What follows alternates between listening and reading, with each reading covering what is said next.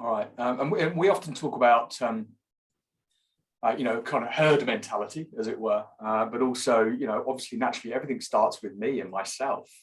What's going around in my mind, my own dialogue, my own self-talk, and then naturally what others can see, which is more of a behavioural slant. Take us through that and the importance.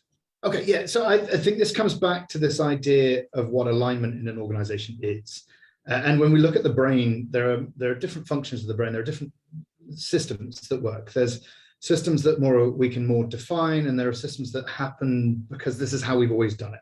So anyone who's experienced that, going to a new culture and going, well, why do we do it that way? And they say, well, that's just the way we do things around here. That's part of the brain that's just habitual and doing.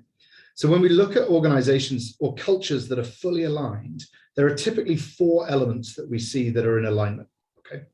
And they're made up by stories and behaviors.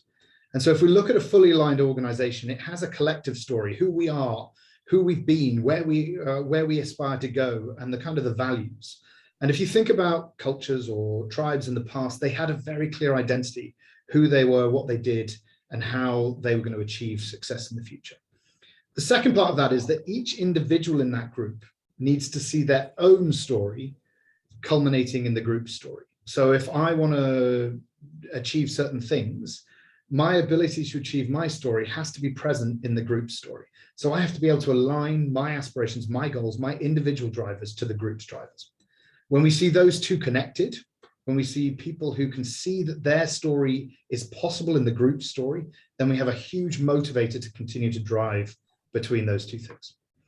What happens is when I'm motivated towards an outcome, towards a goal, I then choose a set of behaviors, the behaviors that are most likely going to get me to my goal, to my outcome. So I'm motivated to deliver the things that get me what I want.